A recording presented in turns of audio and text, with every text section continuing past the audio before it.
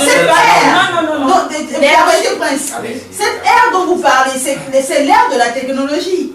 Non. Aujourd'hui, la technologie, vous parlez des téléphones portables. Vous avez parlé aussi des téléphones portables, des Android et autres. Madame, le monde moderne dont vous parlez, c'est pas seulement la technologie, c'est tout qui va avec. L'évolution aujourd'hui, il ne faut plus devenir pasteur. Par exemple. Entre-temps, on n'aurait jamais vu vous faire pasteur. Non.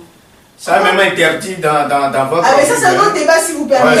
Débat, oui. Voilà, aujourd'hui, cette ère dont vous parlez, c'est cette ère-là qui permet à ce que, aujourd'hui, la femme peut aller revenir du lundi à samedi, de 9h à 21h. Pendant ce temps, laissez-moi terminer. L'ère dont vous parlez, c'est pas seulement la technologie, c'est juste un petit parenthèse que j'ai même ouverte. Cette ère dont vous parlez, c'est l'ère qui permet à ce qu'aujourd'hui, la femme peut quitter à 7h, revenir à 21h, et que monsieur, par exemple, s'occupe des enfants. C'est un contrat entre les deux. Cette ère-là le permet aujourd'hui. Ce sont des exemples que je vous donne. L'ère dont vous parlez, ce n'est pas seulement une histoire de portable, de technologie. L'ère-là également permet aujourd'hui que la femme devienne ministre et soit le patron de l'homme. Mais une fois à la maison, selon les avis de Prince ou de Aristide et de ma chère grande sœur Chantal, une fois que tu es à la maison, ta casquette de ministre, tu l'enlèves et tu deviens la femme soumise qui doit faire à manger, allaiter les enfants, s'occuper peut-être du linge. Que tu sois ministre, tu es ministre au ministère. C'est ça. Ah oui. Maintenant, l'ère dont vous parlez, qui permet à ce que la femme doit avoir une amitié, cette ère-là, comment vous l'expliquez, vous? Comment vous la justifiez? Les hommes refusent aux femmes d'utiliser les téléphones Android. Ça, vous le savez tous. Les hommes ne refusent pas. Ils refusent dans un débat. On avait fait une émission ici, on avait parlé des femmes qui sont actives sur les réseaux sociaux. Mais pas toutes les femmes. D'autres sont là à vendre. Par exemple, sur Facebook, moi je peux dire que je fais certaines rencontres. Ça me sauve. Pas seulement pour des rapports sexuels et autres là. Mais vous êtes d'accord avec nous sur ce plateau comme quoi la femme d'aujourd'hui et les réseaux sociaux, ça fait pas deux. Ça fait pas deux. Ça fait un, mais la personne croit que les réseaux sociaux peuvent résoudre ses problèmes. Je dis non. Ouais. Sur les réseaux sociaux, nous apprenons, il y a des groupes qui apprennent aux femmes quoi faire et autres là. Mais le fait de dire que les réseaux sociaux ne sont pas bons et autres, non, les réseaux sociaux n'est pas la seule cause de cette instabilité de nos femmes au foyer aujourd'hui. Par les arguments de Claudine et de Chantal. C'est comme Chantal l'a dit tout à l'heure. Dans ça même, ça veut dire qu'il n'y a plus l'éducation de la base. S'il y a l'éducation de la base, à quoi sert les réseaux sociaux que vous êtes en train de... Non. Je n'ai pas parlé de... Vous parlez des réseaux sociaux. Oui. Que les réseaux sociaux peuvent vous apprendre des choses à faire, des choses à faire. Mais pourquoi pas? Donc, ça veut dire que les parents n'ont pas pu vous donner les éducations qu'il faut. Qu'est-ce que vous voulez apprendre? On ne finit jamais d'apprendre. Non, permettez que nous temporisons tout petit peu. Chantal, pensez-vous que les réseaux sociaux font plus de mal que de bien à cette jeune féminine qui aujourd'hui s'engage au foyer? Plus de mal que de bien. Je dis oui. Parce que ça dépend de la mentalité de ma soeur là, qui utilise son Android et qui fait partie d'un groupe. Qu'est-ce que le groupe lui apporte? C'est la première question. Et de deux, est-ce que le fait de passer tout son temps sur les réseaux sociaux, il n'y a pas autre chose à faire si étant au foyer? Il n'y a pas autre chose à faire que de passer tout son temps. Je dirais, moi je dis souvent des connaissances parce que je n'ai pas d'amis. Et je n'aime pas avoir des amis parce que... Il faut savoir qui se confier. Je n'en veux même pas. Sans sortir ange, comme dirait l'autre. Cher ami internaute, je n'en veux pas parce que j'ai eu des années à cause de l'amitié. Aujourd'hui, elles sont en train de craigner. Elles sont en train de pleurer et elles n'ont pas de mouchoir même pour essuyer les larmes. Donc du coup, j'ai appris que avoir des amis et ne sachant pas quel ami avoir, c'est ce désastre-là qu'on vit présentement. Chers amis internautes, merci de nous suivre sur la chaîne du Prince GMT Santé. On rappelle le thème du jour, le mariage des femmes d'aujourd'hui, un déséquilibre qu'on continue de désapprouver. Alors, Aristide, avant de passer aux solutions, parce qu'on a beau crier tel, on parlera de solutions, n'est-ce pas, Prince? Avant de passer aux solutions, dites-nous, l'amitié, les réseaux sociaux, la technologie, l'ère dont parle Claudine à l'instant, tout ça réuni sont les causes de ce déséquilibre-là. Mais de vous à moi, en tant que père de famille, pensez-vous que l'homme n'a aucune responsabilité dans ce comportement médiocre, si on peut le dire ainsi, en parenthèse, de la femme aujourd'hui qui se dit engagée, mais qui se retrouve dans du n'importe quoi? Merci pour la question. Moi, je ne vais pas parler d'autres, je vais parler de moi-même. Moi, dans ma maison, ma femme a droit à son téléphone Android. Je ne vais jamais refuser. Mais ce que je vais te dire, sache comment l'utiliser. Et je vais dire à nos soeurs qui nous suivent que l'amitié ne fait jamais de bonheur. Quand une femme qui est dans un groupe et par après on envoie des vidéos ou bien des photos entre parenthèses de pornographie, et en ce moment même là, cette femme-là a des accrochages avec son monsieur à la maison. Et imaginez que ce monsieur qui a envoyé ça rentre en inbox de cette femme. Qu'est-ce qui va se passer? Point d'interrogation. Ça veut dire qu'aujourd'hui nous sommes en Afrique. L'Afrique parle de réalité. Et ses réalités et ses mystères. On appelle quelque chose l'adultère. Que la tradition et la nature a ses lois de corriger. Toi qui es une femme au foyer, on envoie ça.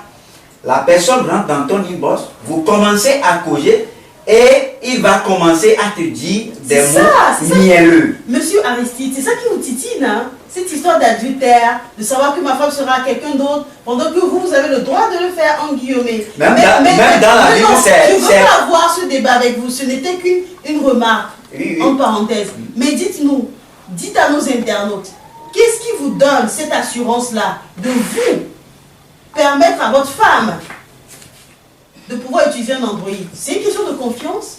C'est une question de quoi exactement? Comment en êtes-vous arrivé à accepter cela? Ça pourrait servir à quelqu'un qui nous regarde en ce moment. En tout cas, moi je suis croyant. Je ne suis pas chrétien. Et je crois à ce qui est dans ma maison. Si ma femme ose le faire, ça n'engage qu'elle. Les conséquences tomberont. Ah, ça c'est comme ça. Bien. Claudine, la femme, comme je le disais à l'instant, est pointée, on lui envoie des flèches. Pensez-vous que l'homme soit la cause aussi de ce déséquilibre, de ces comportements négatifs que nous relevons dans ce débat? L'homme a-t-il une part de responsabilité selon vous, Claudine? On rappelle que vous êtes animatrice journaliste et vous êtes femme aussi au foyer. Oui. L'homme a ses responsabilités de ce déséquilibre. Expliquez-nous. Je l'avais dit au début de l'émission que pourquoi les hommes mariés ont des copines d'autres femmes dehors. Je viens de le dire, n'est-ce pas? Mais c'est une histoire vieille comme le monde. Un homme ne peut pas se marier et aller dehors chaque fois, revenir à l'heure qu'il veut, faire ce qu'il veut. Si la femme demande, allez fous le camp, ça te regarde, dégage. Moi, cette femme qui suis là-bas. Qui suis où? Là-bas, chez tes parents ou bien chez le mari? Au foyer. Mais là, va rester chez tes parents, c'est mieux. Non mais, madame la journaliste, il y a certains trucs que nous allons essayer de corriger. Il faut que, on ne corrige pas, ça dit pour nos foyers seulement, il faut que le monde évolue à ce niveau. Tant que tu es une femme mariée, tu viens dans le foyer de l'homme, de mari. Tu es censé tout supporter. Pourquoi tu as laissé tes parents et venir? Mais le mieux c'est de rester, c'est de là que je vous dis que vous ne voulez plus marier aujourd'hui. Je dis et je répète. Là. D'abord, vous allez remercier les organisations qui ont pu faire sortir des plannings familiales et des préservatifs.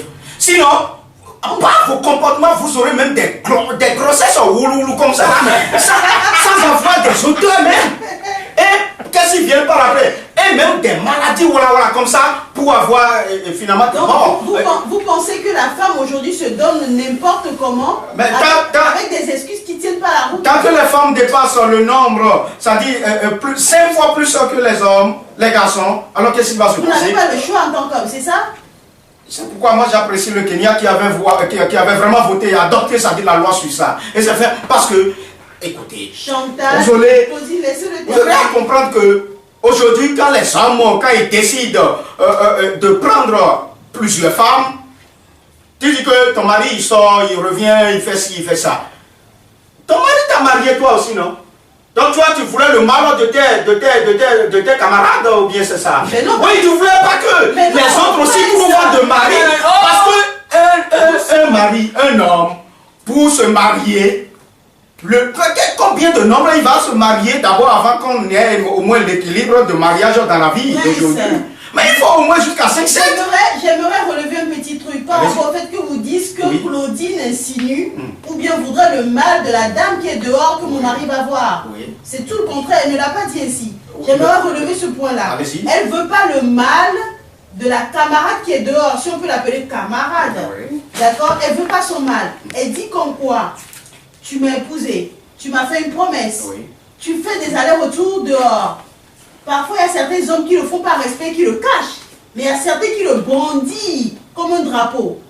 Genre, je veux savoir que tu saches que j'ai une maîtresse dehors. Je ne te le cache pas. Finalement, c'est à la limite du non-respect. Hein. C'est de l'irrespect. Maintenant, il y a de ces hommes-là qui le font en cachette et que la femme, finalement, par curiosité. Parce qu'on se connaît entre nous, Chantal. On fait des enquêtes. On pousse, on veut savoir. Et quand on sait qu'on commence à demander à l'homme, il ne l'avoue pas. L'homme reste sur sa position. Et là, elle demande. Pendant ce temps, moi, je suis censée rester comme ça, comme une chienne, te regarder faire des allers-retours. Tu reviens sur moi comme tu veux, quand tu veux. Pensez-vous que cette attitude-là de l'homme qui chasse dehors, parce que moi, je le dis comme ça, qui chasse un éternel insatiable, qui fait des allers-retours avec toutes les maladies qui pilulent aujourd'hui. Dans vos propos, vous voulez plus que l'homme sorte dehors. Je n'ai pas dit ça, je vous explique la démarche et l'intervention de Madame Claudine. Parce que vous disiez comme quoi elle veut le mal de celle qui est dehors. Oui, parce que le mal... Laissez-moi terminer ma question. Et elle vous demande, pensez-vous que cette attitude de l'homme qui chasse dehors, insatiable, qui fait des allers-retours, qui devient en guillemets irresponsable aussi, en parenthèse, pensez-vous que la sœur, si c'est votre sœur, ou comme chez Claudine, pensez-vous qu'elle devrait juste rester là calmement, subir? Pourquoi l'homme est le premier responsable de foyer? Donc, vous avez votre réponse, Claudine. Vous êtes censé subir, encaisser. C'est ce qu'elle essaie de vous dire. Il faut satisfaire, autrement dit, les femmes. Quand je dis les femmes, ça dit compris que c'est pas que toi tu es. Bon, tu es belle n'importe comment, c'est pas que je trouve l'autre aussi belle que toi, ou bien même si je trouve c'est comme ça. Vous permettez. Quand on laisse le côté de ce que Claudine est en train de dire, c'est-à-dire que je dis la femme aujourd'hui, il faut qu'elle comprenne que elles vont aussi se marier. Comprenez ça là. Et on va vous appeler de quelqu'un que c'est la femme de quelqu'un. Vous êtes venu vous marier, vous n'êtes pas en balade, hein? C'est ça. Non. C'est ça. C'est ce que vous essayez de nous dire. Je suis marié, je dis. Hein. Pas en balade. Faire des allers-retours, je vais aller en foyer, me reposer un peu, revenir. Non. Vous êtes là, il tombe de la grêle, vous restez. Il tombe des nuages, vous restez. Il tombe du feu, vous restez. Il tombe de la pluie, vous restez. Chantal. Oui, mais je voudrais dire